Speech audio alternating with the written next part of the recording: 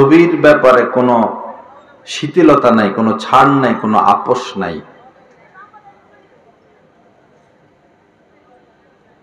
দীর্ঘদিন পর্যন্ত বক্তারা এই কথা বলে আসতেছে যে মুফতি তাকি ওসমানী সাহেব ছবি তোলার অনুমতি দিয়েছেন।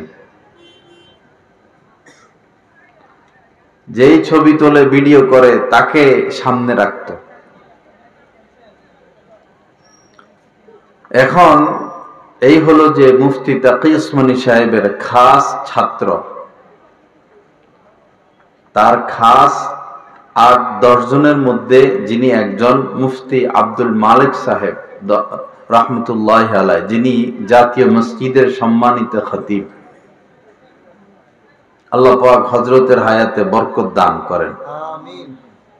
তিনি জুমা পড়াতে যাচ্ছেন বাইতুল মুকাররমে, এই দিক থেকে ছবি তোলে, সেই দিক থেকে ছবি তোলে, সব নিষেধ করলেন এবং মিম্বারে বসে বললেন ছবি তোলা তো ফরজ না, ওয়াজিব না, সুন্নতে মুআক্কাদা না, মুস্তাহাব না, কোনো সওয়াবের কাজ না, তো এটা নিয়ে এত বাড়াবাড়ি কেন? বয়ান শুরু করলেন, বয়ানের মধ্যখানে আবারও কেউ ছবি তুলল।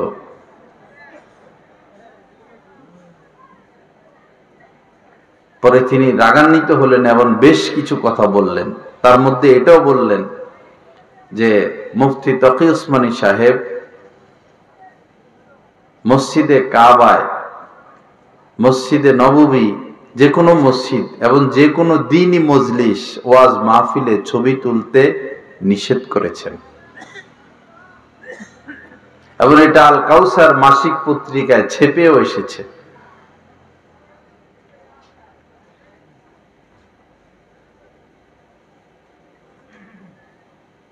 আল্লাহ পাক জাল্লে জালালু আমাদেরকে নসিহত গ্রহণের তৌফিক দান করেন। আমিন। ছবি তোলা, ভিডিও থেকে আল্লাহ আমাদেরকে হেফাজত করেন। আমিন। গুনাহকে গুনাহ মনে করা, আমাদের আকাবিরে দ্বীন যেটাকে পছন্দ করতেন না, যেটার থেকে শত শত মাইল দূরে থাকতেন, আজ সেটা আমাদের কাছে প্রিয় হয়ে গেল। তাহলে ইত্তেবায়ে আকাবির কোথায় গেল? আল বারাকাতু মাআ আকাবিরিকুম, নবীজি বলেছেন বরকত, কল্যাণ, সফলতা সবই আকাবিরদের পথে, আকাবিরদের অনুসরণের পথে। যাদের মোবাইলের স্ক্রিনে, প্রোফাইলে ছবি আছে, দয়া করে কেটে ফেলবেন। যেই ঘরের মধ্যে ছবি ঝুলানো আছে সেই ঘরে রহমতের ফেরেশতা প্রবেশ করবে না। গত সরকার পতনের দ্বারা অনেকগুলো ভালো ভালো কাজ হয়েছে, তার মধ্যে সবচেয়ে যে ভালো কাজ হয়েছে, অন্যতম হলো অফিস আদালতগুলো ছবি মুক্ত হয়েছে।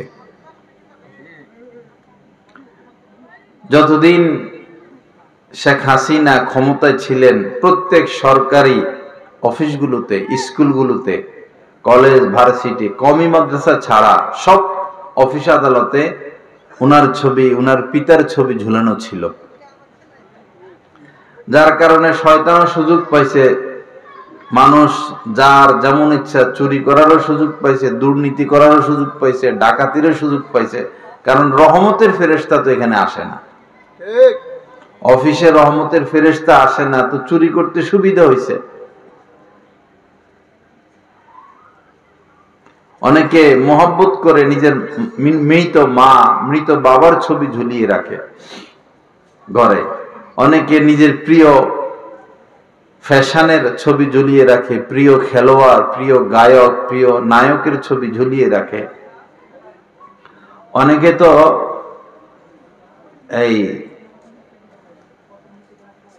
নিজের প্রিয় বক্তা, এক বাসায় আমি গেলাম, তো সে এই বক্তার ভক্ত, বক্তার ছবি বড় করে ঝুলিয়ে রাখছে ফুলের মালা লাগাইয়া। বক্তা নিজে পথভ্রষ্ট, অনুসারীরাও পথভ্রষ্ট। বক্তা যদি নিজে ছবি তোলা থেকে বেঁচে থাকতো তো তার অনুসারীরাও এ ব্যাপারে সতর্ক থাকতো। যারা বলে দিনের স্বার্থে আমরা ভিডিও করি, তাদের তো স্টেজে বসে বলে দেওয়া উচিত যে আমরা যে ভিডিও করতেছি এটা দিনের স্বার্থে করি, আপনাদের জন্য কিন্তু হারাম, আপনারা করবেন না।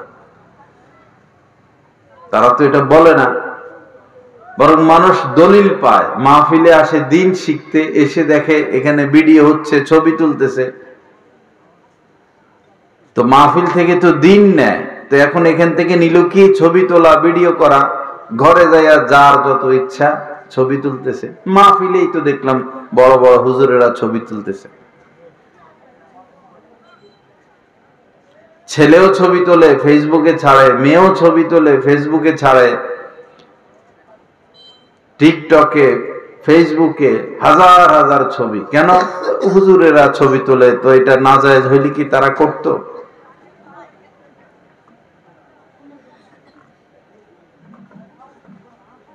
যদি আপনারা এটাকে সরাসরি নাজায়েজ নাও বলেন, তো হাদিস তো আছে, দা মা ইউরিবুকা ইলা মা লা ইউরিবুক।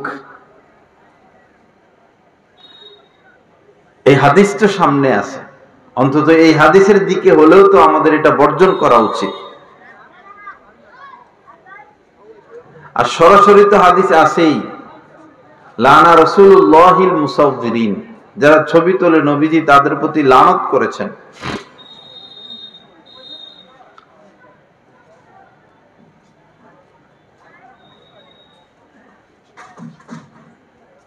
ঢাকার মুফতি মানসুরুল হক সাহেব, যিনি ফতুয়া রাহমানিয়ার লেখক, তিনি বলেন যে যারা ছবি তোলে এরা কেউ হকের উপরে নাই।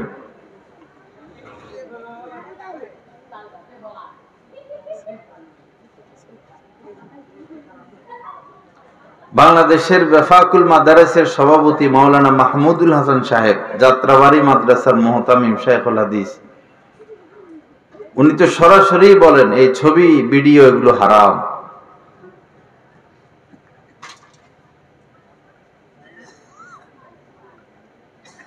দারুল উলুম দেওবন্দ মাদ্রাসার সম্মানিত মুহতামিম সাহেব এসেছিলেন গত বছরের কথা। ওলামায়ে কেরামের এক মজলিসে তিনি 3টা ফিতনার কথা বেশি গুরুত্ব দিয়েছেন। তার মধ্যে একটা ফিতনাকে বেশি গুরুত্ব দিয়েছেন, সেটা হলো ছবির ফিতনা। ওলামায়ে কেরাম, তোমরা ছবি তোলা থেকে বেঁচে থাকো।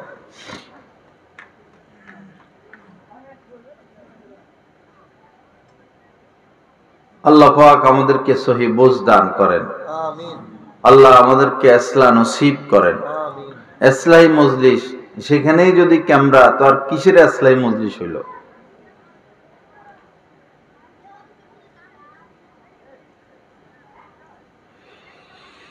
লা ইলাহা ইল্লাল্লাহ। আল্লাহ পাক আমাদেরকে মাফ করে দেন, আমিন।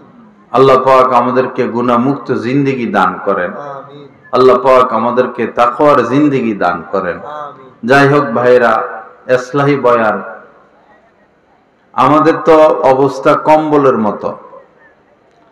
কম্বলের যে পশম যদি টানা শুরু করে, তোলা শুরু করে, এক পর্যায়ে কম্বলে আর পশম থাকবে না। আমাদেরও অবস্থা তাই। সর্ব বিষয়ে আমাদের সমস্যা।